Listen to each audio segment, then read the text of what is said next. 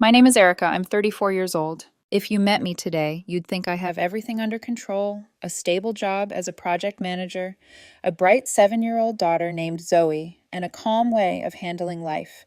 But what you wouldn't see is how much of that calm comes from years of swallowing chaos. Since I was little, I've been the family's fixer. When Dad's car broke down, I found the repair shop. When Mom forgot to pay the water bill, I covered it. When my sister Caitlin's heart got broken, I was the one who stayed up all night on the phone. I was the responsible one, the reliable one, the one who could be counted on, and over time, the one who could be used. Caitlin. My younger sister has always been what my parents call sensitive. Sensitive means she cries and everyone runs to comfort her. Sensitive means she misses work and someone else picks up her shift. Sensitive means the world rearranges itself for her. I was never called sensitive. I was strong. And in our family, that word meant you don't get to complain. Growing up, Caitlin's violin lessons were sacred. Missing them was unthinkable. But when my basketball team qualified for regionals, Mom told me, "We'll try next time, sweetheart. Money's tight." Somehow it was never tight for Caitlin's needs, just mine. I learned early to stop asking, to smile through it, to help without being thanked. That became my default setting, calm, dependable, invisible. Even now, as an adult, that pattern hasn't changed much. I'm the one everyone calls when something breaks, when someone needs a deposit, when a bill is just a few days late. I tell myself it's what family does, until I hear my therapist's voice echo in my head. Erica, help isn't the same as sacrifice.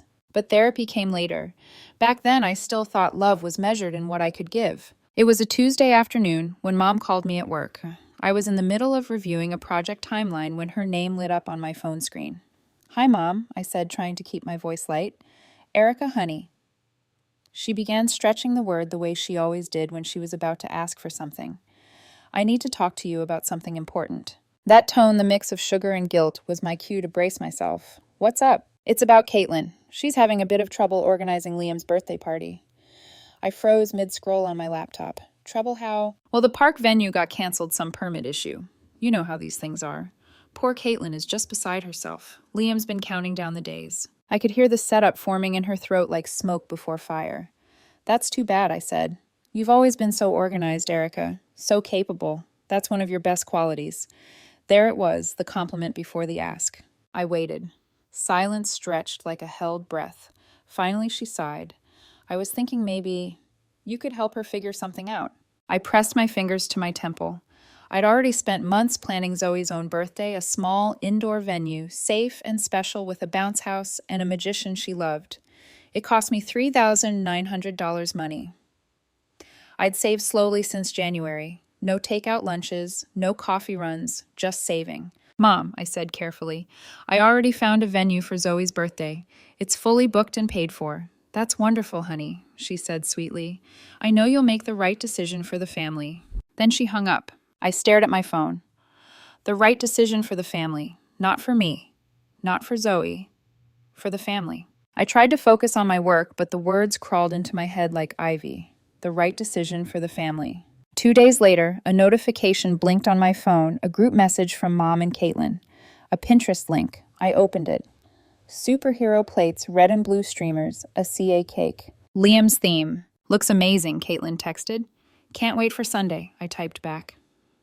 "Cool. See you at Zoe's party." My hands trembled slightly. Something felt off, like the start of a storm. That Friday, I stayed late at work. My coworker Darren stopped by my desk. "You okay, Sav? You look like you're solving world peace again." I laughed weakly. "Just family stuff," he grinned. "You family drama? Impossible. You're too calm." I wanted to tell him calm isn't peace, it's survival, but instead I just smiled. When I got home, Zoe was sitting on the floor drawing invitations with glitter pens. "Mommy, can we get unicorn balloons too?" "Of course, baby," she grinned, missing one front tooth, and my heart melted. I promised her this year would be special, her first birthday since the divorce, where everything felt normal again. I wanted that for her. Stability, joy, something just hers.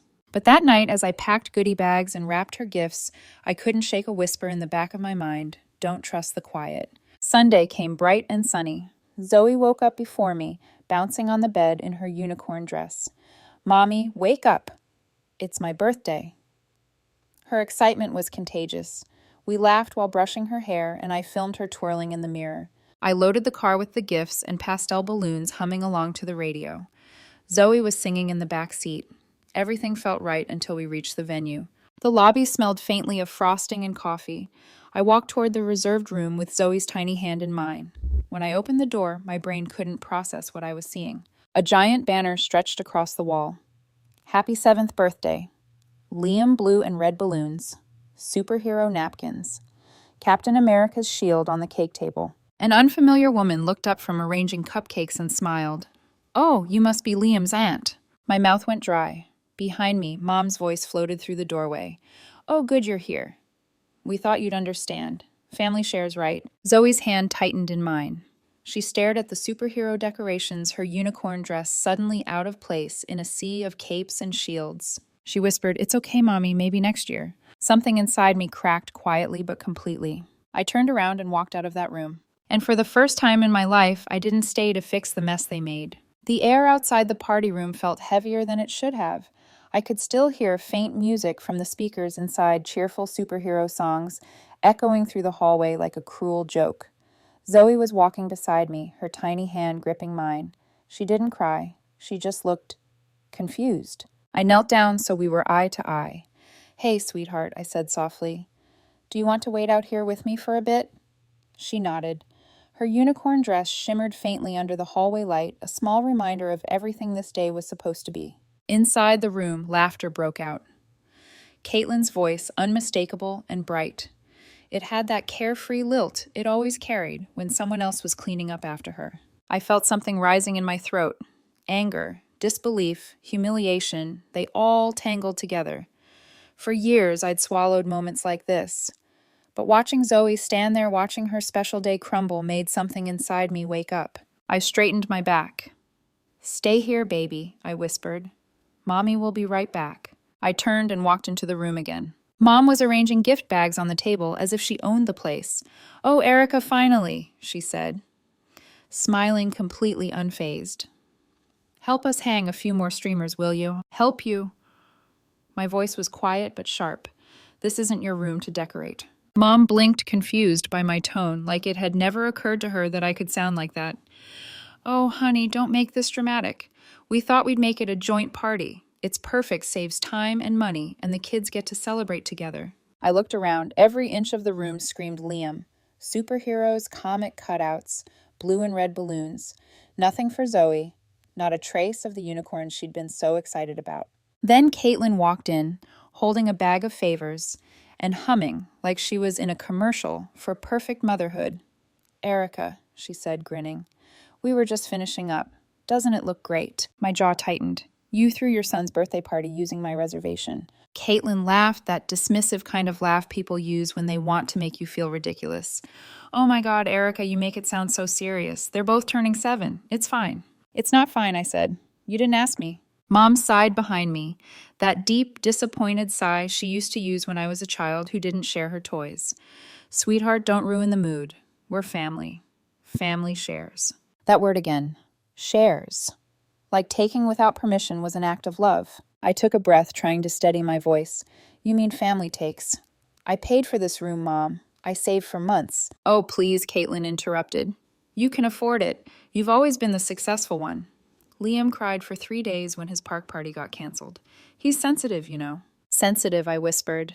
Zoe was excited for this for 9 months. Mom stepped closer, lowering her voice. You're overreacting. Zoe's too young to care about things like decorations. Be the bigger person, Erica. You always are. That was the moment. That line. Be the bigger person. The one they'd been feeding me since childhood. The leash made of kindness. Zoe appeared quietly at the doorway. Her unicorn balloon, the one she'd carried so proudly, brushed against the ceiling and popped. The sound made everyone turn.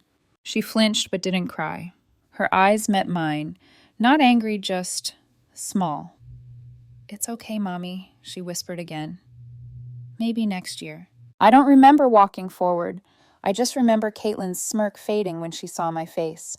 I picked up one of the superhero napkins and crushed it in my hand. No, not next year. Not ever again. Excuse me, Caitlin's voice rose. I turned toward the door. Zoe, come on, we're leaving. Erica, Mom snapped. Don't be childish. I didn't even look back. If standing up for my daughter makes me childish, then maybe I should have started years ago. We walked out again, hand in hand. Zoe's shoes squeaked softly against the tile. By the time we reached the lobby, my hands were shaking so badly I could barely hold my phone. A young man wearing the venue's logo approached us. His name tag read Jason. "Ma'am, everything okay?" he asked, concerned. "No," I said. My voice wavered, then steadied. "My family hijacked our reserved room. I paid for that space for my daughter's birthday, but they're using it for someone else's." Jason frowned immediately, serious. "That doesn't sound right. Can you give me your booking name?" I handed him my confirmation email. He scanned it, then glanced toward the hallway. "That's definitely your room." "Yeah," I said. "Tell that to them." He hesitated. "Do you want me to get a manager involved?" I looked down at Zoe, who was quietly twisting the hem of her dress. "Not yet. I'll handle it." I called my ex-husband. He answered on the second ring. "Hey," he said, cheerful. "I'm just parking. Ready for the big party?" "Not exactly," I said. My throat felt tight. They took it." "What do you mean?" "Mom. Caitlin. They used the venue. It's all decorated for Liam. Our decorations are gone. The banner says his name." There was a long silence. Then his voice hardened. "You're kidding." "I wish I was. I'm on my way inside. Don't let them talk you down." I hung up feeling something unfamiliar. Not guilt, not anger. Clarity. When I walked back into the room, Mom was laughing with the cupcake lady, Caitlin, scrolling on her phone. They both looked up when I entered. "Good," Mom said, relieved. "You came to your senses. Help us hand out the favor bags before guests arrive." "No," I said. The room fell quiet. "I'm not sharing this celebration. You need to take everything down." Mom's eyes widened. "Excuse me?" "You heard me. This is Zoe's party, not Liam's. Take it all down." Caitlin scoffed. "Oh my God, Erica, seriously, you're making everyone uncomfortable." "Then get comfortable being wrong." Jason stepped inside, then holding a clipboard. "Ms. Anderson," he asked carefully, "I confirm the booking. The space belongs to you from 11 a.m. to 2 p.m. Caitlin's face turned crimson. "You're embarrassing us in front of the staff." I turned slowly toward her. "I've spent 30 years making sure this family never got embarrassed. You'll survive." Mom's voice cracked slightly, switching from authority to manipulation. "We're family, Erica. Family helps each other." "Help is when you ask." I said, my voice steady now. "This was theft." Her mouth fell open. She looked at me like I'd just cursed in church. I reached for Zoe's hand. "Come on, baby. We're going to the park." As I turned, Jason called out, "Do you want me to cancel the food and entertainment order?" "Yes," I said. "Cancel everything." Caitlin gasped. "You can't be serious. Everyone's on their way." "You should have thought about that before you stole our day," I said. We walked out for the last time. The sound of balloons brushing the ceiling trailed behind us like fading thunder. Outside, the air felt cooler. Zoe squeezed my hand. "Where are we going, Mommy?" "To the park," I said softly, "to have our real party." She smiled, small but brave, and for the first time I felt something I hadn't felt in years. Freedom. The sunlight outside felt sharp, almost too bright, like the world was mocking how dark my insides had turned. I took a few deep breaths, but my hands were still trembling. Zoe was quiet in the back seat, clutching her favorite stuffed unicorn against her chest. As I started the car, I caught my reflection in the rearview mirror. My lipstick was smudged, my hair slightly undone. I looked like someone who had finally said no for the first time in her life and wasn't sure what that meant yet. Zoe's voice broke the silence. "Mommy, was Grandma mad at us?" I exhaled slowly. "Maybe a little, but she'll be okay." "Are we okay?" she asked. I glanced back at her and forced a smile. "Yeah, baby, we're more than okay." She nodded, but didn't look convinced. I could tell she didn't fully understand what had happened, only that something had gone wrong. I pulled over into the nearest parking lot.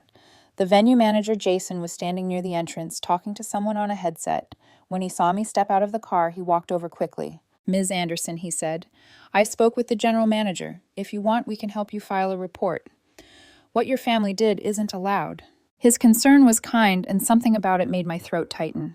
"Thank you," I said, "but I'll handle it myself." Jason hesitated. "Would you like me to clear the room?" I shook my head. "No, I don't want a scene. Just cancel everything. Refund the payment to my card." He nodded. "Understood. I'll send confirmation shortly." I turned back toward the car. Zoe was watching me from the window, wide-eyed, patient, trusting. I knew I had to pull myself together for her. I dialed my ex-husband again. "Hey," I said as soon as he picked up.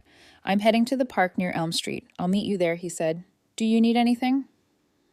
I hesitated. Maybe cupcakes and juice boxes. On it, he said, and hung up. The drive to the park was quiet. Zoe hummed softly under her breath the same tune she'd been practicing for the magic show that never happened. The park was nearly empty when we arrived. The grass was still damp from sprinklers, and the air smelled like cut grass and summer heat. I spread a blanket under a big oak tree, set out some paper plates, and tried to make the best of it. When my ex arrived, Zoe ran into his arms like nothing bad had happened. "Daddy, you made it." He smiled, handing her a paper bag. "Of course, birthday girl.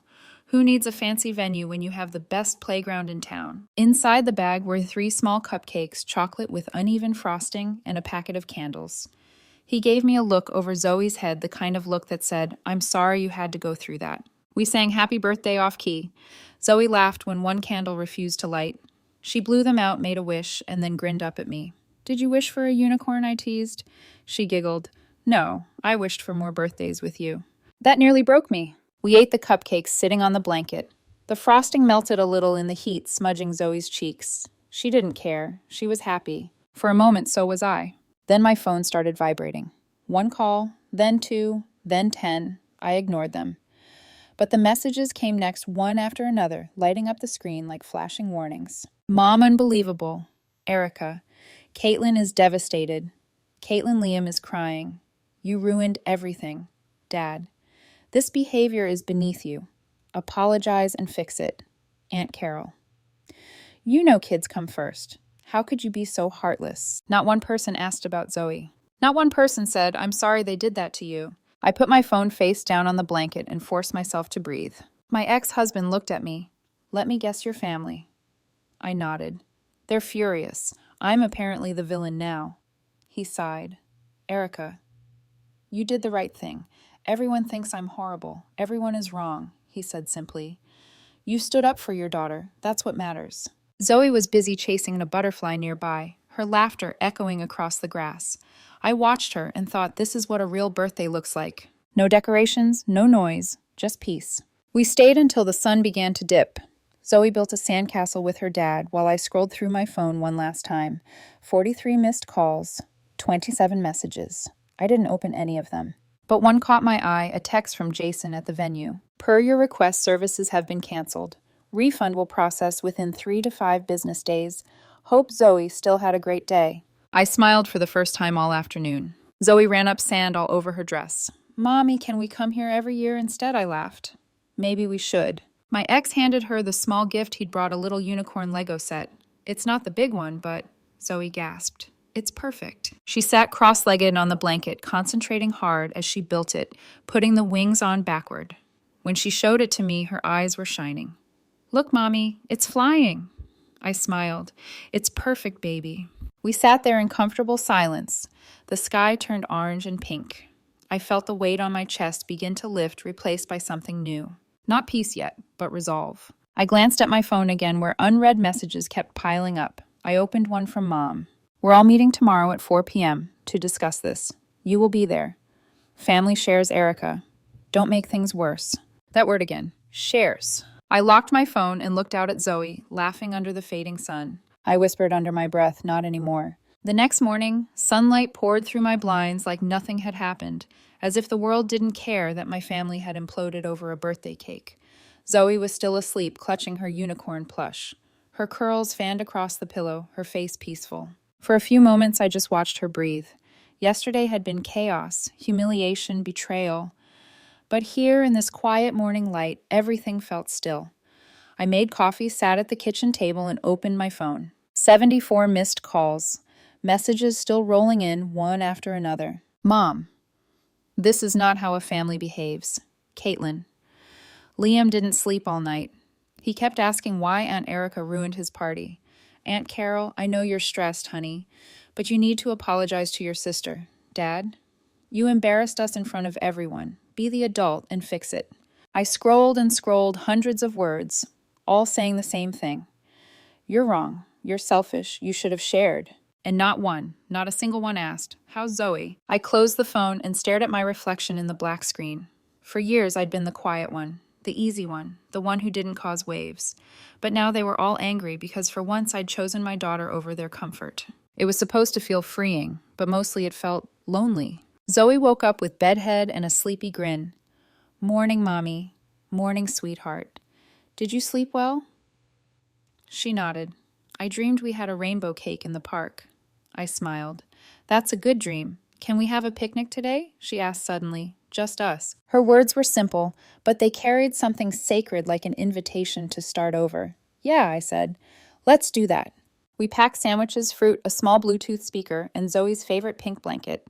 I threw in the leftover cupcakes from yesterday, the ones we hadn't eaten under the oak tree. When we reached the park, the morning air was soft and warm. Families were scattered around laughter children running dogs, chasing frisbees. Zoe ran ahead, spinning in circles with her arms out like airplane wings. I laid the blanket down under the same tree as yesterday. This time, I brought balloons, not the fancy kind, just plain pastel ones I'd bought on the way. Zoe helped me tie them to the picnic basket. She stepped back and beamed. There, now it's a real birthday party. I smiled. It's perfect. We played her favorite songs. She danced barefoot on the grass, her unicorn plush clutched in one hand, her dress fluttering in the breeze. Her laughter felt like a melody the world had been waiting to hear. For the first time in years, I wasn't rushing. I wasn't managing or fixing or explaining. I was just there. Around noon, my ex-husband showed up again, holding a grocery bag and looking slightly out of breath. I brought ice cream sandwiches, he said. They were on sale, so I got 5 boxes. Don't judge me. Zoe squealed and ran to him. Daddy, you came again? He smiled. Wouldn't miss it for the world. He sat down beside me on the blanket. We both watched Zoe chase bubbles. She's handling all this better than any adult I know, he said quietly. Yeah, I said, watching her twirl. Kids bounce back fast. It's the parents who break slow. He looked at me. You did the right thing, you know. I sighed. Then why does it feel so awful? Because you were trained to feel guilty for saying no, he said. That's not something you unlearn overnight. I didn't answer. I was afraid that if I opened my mouth, I'd start crying again. He leaned back on his elbows. You've always carried too much, Erica. Maybe it's time to drop what isn't yours. I stared at him. You sound like my therapist. Maybe she's right, he said with a grin. For a while we didn't speak. The sun was bright and the air smelled like sunscreen and laughter. Zoe ran back to us holding a daisy crown she'd made. Mommy, Daddy, look, I made this for you. She placed it gently on my head. You're the birthday queen. I laughed, really laughed this time. Then what are you? The princess, she said proudly. Her father smiled. And I guess I'm the royal cupcake deliverer. We ate ice cream and sandwiches, and for those few hours, the world was kind. Then my phone buzzed again, a vibration that seemed louder than it should have been. I glanced at the screen. A new text from Mom. We're having a family meeting tomorrow at 4 p.m. Everyone is expected to attend. We need to work this out and move forward. Another one followed seconds later. Your absence will speak volumes. And finally, family shares Erica. Don't make this worse. I locked the phone. My hand shook slightly, but this time not from fear, from something sharper. Zoe noticed. Mommy. You okay? I nodded slowly. Yeah, baby. I'm fine. I took her hand and squeezed it. You know what? We're going to make a new rule. From now on, our birthdays and our happiness belong to us, no one else. She smiled, sunlight glinting off her tiny missing tooth. Promise, promise. Her dad smiled at both of us. I like that rule. As we packed up later, I caught one last glimpse of Zoe running through the grass, hair flying barefoot, fearless. I realized she wasn't just happy, she was free. And for the first time in my life, so was I. The next day, the silence in my apartment was thick enough to feel like pressure. Zoe was at her dad's for the weekend, and I should have been enjoying the quiet. Instead, I sat on the couch staring at my phone. The family group chat was exploding. Mom, everyone will be here at 4. You will attend. Dad, you owe your sister an apology. Caitlin Liam is heartbroken. I hope you're proud of yourself. Aunt Carol families go through things, but this is too much, Erica. It was like a swarm of locusts, buzzing guilt, eating away at the edges of my peace. I scrolled until I found the photo Mom had sent last, a wide shot of their living room. Chairs arranged in a perfect circle, like a courtroom. The caption read, Your choice. I put the phone face down on the table. My stomach turned. A part of me, the obedient, lifelong fixer part, almost wanted to go. To show up, explain myself, smooth things over. But then I remembered Zoe's little voice yesterday whispering, Promise. No, I wasn't breaking that. At 400 p.m., I didn't go to the meeting. I turned off my phone, brewed tea, and sat by the window. Outside, the world went on. Neighbors walking dogs, children riding bikes, life continuing without me needing to control it. It was strange and a little beautiful, but the peace didn't last long. At 8:00 p.m., the doorbell rang. The sound was sharp, urgent. I peeked through the peephole. Mom. I kept the chain on the door and cracked it open just enough to see her face. "We need to talk," she said, her voice tight. "So talk," I said. "Not like this. Let me in." "No." My voice was calm, almost detached. "You can say what you need to from there." She frowned, visibly offended. "I don't know who you've become, Erica. You used to be so generous, so kind. Now you're acting like a stranger." "I'm still generous," I said quietly. "I just stopped funding other people's entitlement." Her lips tightened. "Entitlement. This is family we're talking about." "Exactly." She blinked, thrown off by how little I was reacting. For as long as I could remember, my mother's disappointment had been my kryptonite, but now it was just noise. Caitlin was in a difficult position. She continued shifting her tone from scolding to pleading. She had no venue. Liam was devastated. What were we supposed to do? Let him cry. "You could have called me," I said simply. "You could have asked. We didn't want to burden you. You took from me without asking. That's not avoiding a burden, Mom, that's creating one." Her eyes narrowed. "Don't use those words with me." "Which ones?" "Stealing. Taking.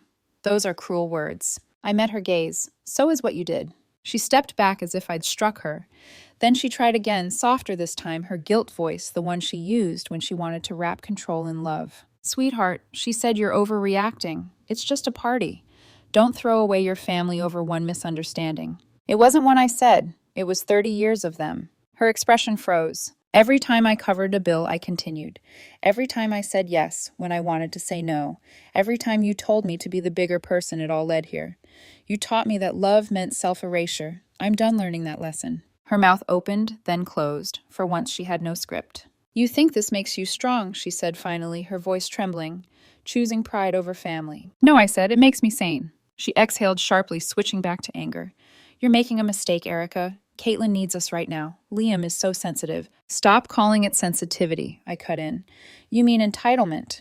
You're raising him to believe that everyone else exists to keep him comfortable, just like you did with Caitlin." Her face turned red. "Don't you dare judge my parenting." "I'm not judging," I said. "I'm remembering." For a long moment, we just stood there, me behind the chain, her in the hallway light. The silence stretched between us, years of unspoken resentment filling it like smoke. Finally, she asked quietly, "Do you think I'm a bad mother?" "No," I said honestly. "I think you loved us the only way you knew how, by controlling what you couldn't understand." Tears welled in her eyes, but her pride was too thick for them to fall. "So what do you want, Erica?" "An apology. Money back. Tell me what makes this right." I shook my head. "I just want you to understand that the free parties are over. The free everything is over. I can't keep giving away my peace to buy your approval." Her jaw clenched. "So you're choosing a child's party over your family?" "No," I said quietly. "I'm choosing my child over yours." That broke whatever was left of her restraint. "You'll regret this," she hissed. "One day you'll realize what family means." I gave her a sad smile. "Maybe I will, but not today." She turned and walked away. I listened to her footsteps echo down the hall until they disappeared. I closed the door, slid down to the floor, and sat there back against the wood knees pulled to my chest. My whole body was shaking, but I didn't cry. For the first time, her leaving didn't feel like a loss. It felt like air. At midnight, my phone buzzed again. A new photo in the family chat, the same circle of chairs now empty. Mom's caption read, "We waited for you. You made your choice. Don't expect us at yours." I stared at it for a long time, then I typed a single message. "Understood." I pressed send. Then I blocked the group. I didn't feel powerful. I didn't feel triumphant. I just felt free. And freedom, I was starting to learn, could be quiet too. The next morning, I woke up to silence. Not the uneasy kind, but the kind that felt earned, like the world had finally stopped demanding something from me. The air was still, the sky outside pale gold. I made myself coffee, no notifications lighting up my phone. For the first time in years, there was no urgent message, no family emergency, no guilt trip wrapped in affection. Just me, a cup of coffee, and peace. But as I sat there, I realized something: peace can be terrifying when you've spent your whole life in chaos. I checked my phone out of habit. Nothing. The family group chat was gone, blocked, muted, silenced. A small part of me expected Mom to show up again. She didn't. I opened my banking app and scrolled through the transactions. There they were, small, endless withdrawals I'd almost forgotten about. Dad's phone bill, Mom's streaming subscription, Caitlin's temporary loan for her car repairs. Line after line after line. I took a deep breath, opened a note on my phone, and wrote 3 words at the top. It ends here. Then, one by one, I started closing the accounts. That afternoon, Zoe came home from her dad's place. She ran in, dropped her backpack, and wrapped her arms around me. Mommy, Daddy said we can go to the zoo next weekend. That's great, baby. I hugged her tight. We'll make it a special day. She looked up at me. Did Grandma say sorry yet? The question caught me off guard. No, sweetheart, I said softly. She didn't. Zoe frowned. Why not? I hesitated. How do you explain manipulation to a 7-year-old? Sometimes I said slowly. People don't understand when they've hurt others. And sometimes when they don't say sorry, the best thing we can do is move on anyway. She thought about that for a moment, then nodded, serious beyond her years. So we're moving on. I smiled. Yes, baby, we are. That night, I opened my laptop and created a new spreadsheet, something I used to do for my job, but this time it was for me. I titled it, Things We Can Afford Because We Said No. I listed everything from a small weekend trip to Zoe's college fund to therapy sessions and rainy day savings. At the bottom, I added one more line, peace of mind. Zoe came over curious. What's that, Mommy? It's a list, I said, of things we get to have now that we're not paying for everyone else's problems. She giggled and added a sticker next to it, a pink star. Can we buy ice cream tomorrow? Put it on the list, I said, smiling. The next few days felt different, lighter. I started to notice how quiet my phone stayed. No guilt, no obligations, just space. On the 3rd morning, a card arrived in the mail. No return address. I recognized my mother's handwriting immediately. My stomach sank before I even opened it. Inside, 2 neat sentences. Family shares. Don't be a stranger. I stared at those words for a long time. They said everything not as an apology, but as a reminder. A final attempt to pull me back into the old pattern. Family shares. But what she really meant was family takes. Erica gives. I folded the card and placed it in my desk drawer. Maybe one day I'd be ready to deal with it. But not today. That evening, I made another decision. I opened the phone carrier website and went through my account settings. Sure enough, my parents' lines were still active, something I'd set up years ago to help them save money. I clicked remove line for both. The system asked for confirmation. Are you sure you want to remove these numbers? I hovered over the button, feeling a flicker of old guilt, that tug of fear that said, they'll be angry. They'll punish you. Then I thought of Zoe's voice, soft and steady. So we're moving on. I clicked yes. Immediately, 2 emails appeared in my inbox confirmations. Their numbers would stop working in 72 hours. I attached a simple PDF explaining how to open a new plan and texted it to Dad. A few minutes later, my phone rang. Erica. Dad said, his tone clipped. What is this? It's information on how to set up your own account. You're kicking us off your plan over a birthday party. It's not about the party, I said. It's about respect. He scoffed. Unbelievable. You always were dramatic. Then he hung up. I stared at my phone, waiting for the guilt to return. It didn't. Instead, there was that strange stillness again, the kind that comes after you finally stop apologizing for your boundaries. Later that night, after Zoe went to bed, I sat alone at the kitchen table and wrote 3 sticky notes. The first said, you are allowed to rest. The second, you don't owe them peace if it costs your own. And the third, Zoe is watching.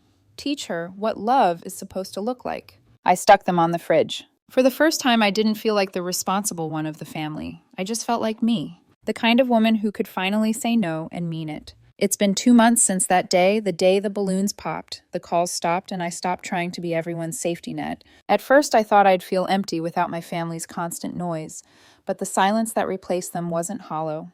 It was soft, peaceful, like a house finally exhaling after years of holding its breath. I still wake up early for work. I still make Zoe's breakfast, pack her lunch, drive her to school.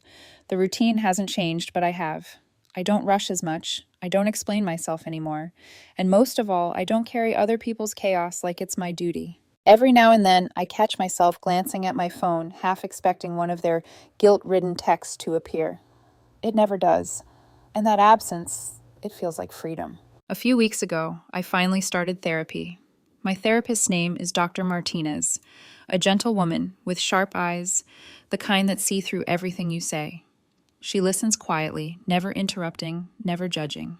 The first time I told her what happened, she didn't flinch. She just said, "You've been trained to believe that your value comes from being useful. That's not love, Erica. That's conditioning." Those words hit harder than I expected.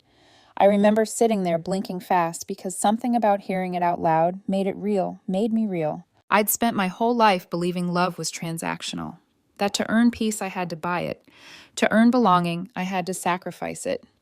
But now Dr. Martinez was teaching me a different language, one where love doesn't have a price tag attached. She said, "The hardest thing about setting boundaries is that the people who benefited from your lack of them will call it betrayal." That one stayed with me, because she was right. My family didn't hate me for changing, they hated me for changing the rules. Since then, life has been simpler. Not perfect, but ours. I opened a separate savings account for Zoe, her college fund. Every month, part of my paycheck goes directly into it. Money that used to vanish into emergencies that weren't mine. Zoe helped me decorate the folder that holds the account info. She drew tiny hearts and stars on it and wrote, "For Zoe's dreams." That night she asked me, "Mommy, are we poor now that you don't help Grandma and Aunt Caitlin anymore?" I laughed not out of humor, but disbelief at how early she'd learned that word. "No, baby," I said. "We're not poor. We're finally rich in peace." She thought about that for a second, then smiled. I like that kind of rich. Sundays have become our favorite days. No family meetings, no forced gatherings, just us. We cook together, make a mess of the kitchen, and laugh when flour gets everywhere. Last weekend, Zoe stirred pasta sauce while I chopped vegetables. Music played softly in the background, a song she loved from her favorite cartoon. Out of nowhere, she said, "Mommy, you smile more now?" I froze for a moment. "Do I?" She nodded, serious. "Yeah, you used to look tired all the time, but now you look happy." That did it. Tears welled up before I could stop them. I crouched down, hugging her tight. "I am happy, baby," I whispered, "because I finally learned something important." "What's that?" "That love isn't about how much you give away. It's about what you protect." She smiled, resting her head on my shoulder. "So we're protecting us." "Always," I said. "Just the two of us." Sometimes I still wonder if my family talks about me, if they tell the story their way, painting me as the selfish one who ruined a child's birthday. Maybe they do. Maybe they always will. But that's okay, because I know my truth. I didn't choose a birthday party over my family. I chose respect over manipulation. I chose my daughter's joy over my family's control. I chose myself. And when you grow up being told your worth depends on what you give, choosing yourself feels like rebellion. But it isn't. It's healing. A few days ago, while cleaning, I found that old card Mom had sent family shares. "Don't be a stranger." I read it once, then tucked it into a box labeled "Things I've Outgrown." It felt symbolic, a quiet closure, the kind that doesn't need an audience or applause, just peace. Later that evening, Zoe and I sat by the window, watching the city lights flicker on. She was playing with her unicorn Lego set, the same one from that day at the park. "Look, Mommy," she said, showing me the figure. "It's still flying." I smiled. "It's perfect, baby." And for the first time in years, I realized we were two. We had a smaller circle now, but it was solid, unconditional, real. The kind of family you build, not the one that drains you. I reached for her hand and whispered, "We did it." She squeezed my fingers. "Just the two of us," she said again, the same way she did that day in the park. And in that simple sentence, there was everything I'd fought for. Peace, boundaries, freedom, love. I didn't lose a family that day. I finally found one. Just the two of us.